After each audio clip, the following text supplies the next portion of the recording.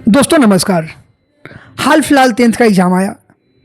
सबसे पहले 10th के सारे बच्चों को बहुत बहुत बधाई जो अच्छे नंबर से पास किए।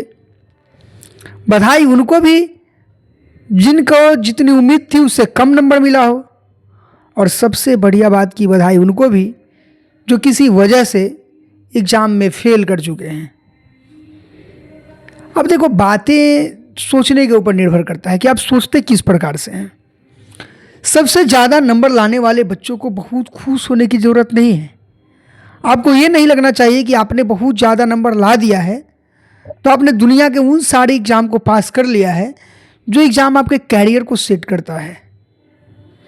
जो दूसरे नंबर के बच्चे हैं, जो लेस देन एक्सपेक्टेशन नंबर लाए हैं, उनको भी ये सोचने की कतई ज़रूरत नहीं है कि उनका नंबर बहुत ज़्यादा नहीं आया जितनी उम्मीद थी।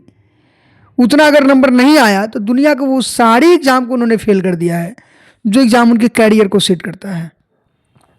और हताश तनी भी होने की ज़रूरत उन बच्चों को नहीं है जो गलती से एग्ज़ाम में फेल कर गए हैं।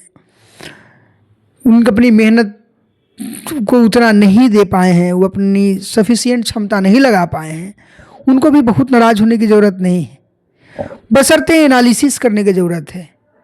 होता क्या है कि आप एग्ज़ाम में बहुत ज़्यादा नंबर ला लेते हैं बच्चों, तो आप काफ़ी खुश हो जाते हैं और उसका असर आने वाले 5-7 साल बाद दिखने लगता है कि 10th में बहुत अच्छा किया हुआ बच्चा पता नहीं कहाँ गायब हो गया भाई। उसका 10+2 खराब हो गया, किसी एंट्रेंस में वो अच्छा नहीं कर पाया, और अंत में आप भी उसी प्लेटफॉर्म पे जाने के लिए बेचैन हो जाते हैं जहाँ पे निचले पायदान पे खड़ा बच्चा जाने के लिए तैयार होता है। तो मेरा मानना है कि इस एग्ज़ाम को जीवन का एग्ज़ाम न बना करके सिर्फ 10th का एग्ज़ाम बना दिया जाए। और ख़ास करके गार्जियन और उन शिक्षकों से भी अनुरोध है जो शिक्षक 10th के बच्चों को प्रमोट तो कर ही रहे हैं, अपनी संस्था को प्रमोट कर रहे हैं, अपना रिजल्ट मतलब दिखा रहे हैं, वो बच्चों को कम से कम अकेले में बुलाकर ये बोले कि बेटा ये रिजल्ट तुम्हारा 10th का है, याद रखना कि जीवन में इससे भी बड़ा एग्ज़ाम क्रैक करना है और इज्जत कहीं खराब ना हो जाए तुम्हारा। उसको ऐसे बताना है कि ऐसा ना हो कि तुम आगे आने वाले एग्ज़ाम में अच्छा ना करो तो लोग ये बोले कि 10th में गलती से इतना अच्छा नंबर लाया होगा इसलिए ये आगे अच्छा नहीं कर पाया। आगे करना क्या क्या है उसको ये बातें पता होना चाहिए। होता क्या है कि खास करके बिहार बोर्ड के बच्चों को 10th के बाद करना क्या है उनको पता नहीं हो पाता है, जिसकी वजह से उनको लगता है कि 10th ही उनका जीवन है। तो मेरा मानना है कि जब आप एक शिक्षक हैं तो 10th का बच्चा बहुत बढ़िया कर गया है तो आप उससे उम्मीद कीजिए कि आगे भी उससे अच्छा करे।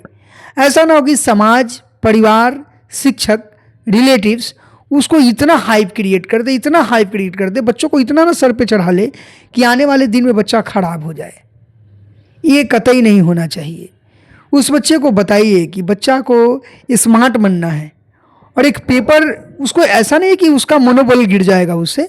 आप उसको बताइए कि बेटा एक पेपर तुम्हारे करियर को डिसाइड नहीं कर सकता है, तुम्हारे करियर को तुम्हारा स्मार्टनेस डिसाइड करेगा, तुम्हारा मेहनत डिसाइड करेगा, और यही डेडिकेशन, जो डेडिकेशन तुम्हारा 10th स्टैंडर्ड में रहा है, पूरा डेडिकेशन हमेशा जीवन में यही डेडिकेशन रखना है ताकि वो अपने पाथ से भटके नहीं।